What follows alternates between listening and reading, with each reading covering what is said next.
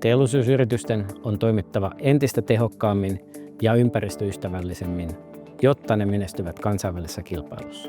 Prosessi- ja valmistusteollisuudessa on kuitenkin tyypillistä, että prosessiongelmat varsinkin nesteiden erottelussa aiheuttavat kalliita, äkillisiä tuotannon pysähdyksiä sekä huomattavia hiilipäästöjä. Roxole on kehittänyt tähän ongelmaan ratkaisun, joka on kilpailueduiltaan luotettava ja kustannustehokas. Roxolen teknologia perustuu Itä-Suomen yliopistossa kehitettyyn tomografiatekniikkaan, jonka avulla säiliöistä ja separaattoreista saadaan reaaliaikaista dataa. Tämän datan avulla asiakkaamme voivat parantaa tuotannon laatua, optimoida huollot ja saavuttaa vuosittain jopa miljoonien kustannussäästöt. Patentoidun teknologian ytimessä on ainutlaatuinen sauvasensori, jonka elektrodeihin ajetaan jännitettä. Sähkökentän avulla luodaan tomografia-algoritmin laskelmat, jolloin säiliöiden sisältä saadaan informaatiota nopeasti ja luotettavasti.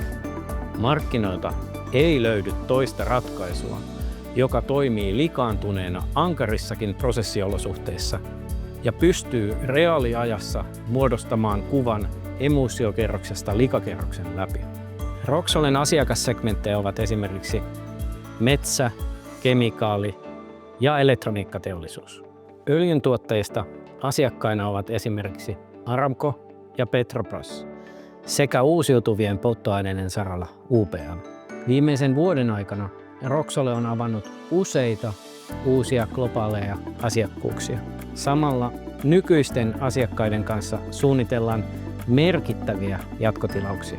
Tavoitteemme on tänä vuonna nostaa liiketoiminta kannattavalle tasolle ja sen jälkeen kiihdyttää kasvua edelleen kohti 100 miljoonan euron liikevaihtoa. Seuraavan parempikatteisen G4-tuotesukupolven myötä voimme laajentua nykyisillä markkinoilla sekä täysin uusille aloille. Lähde Roxolen mukaan viemään maailmalle teknologiaa, joka on hyväksi sekä asiakkaille että luonnolle. Jätetään puhtaampi maailma tuleville sukupolville.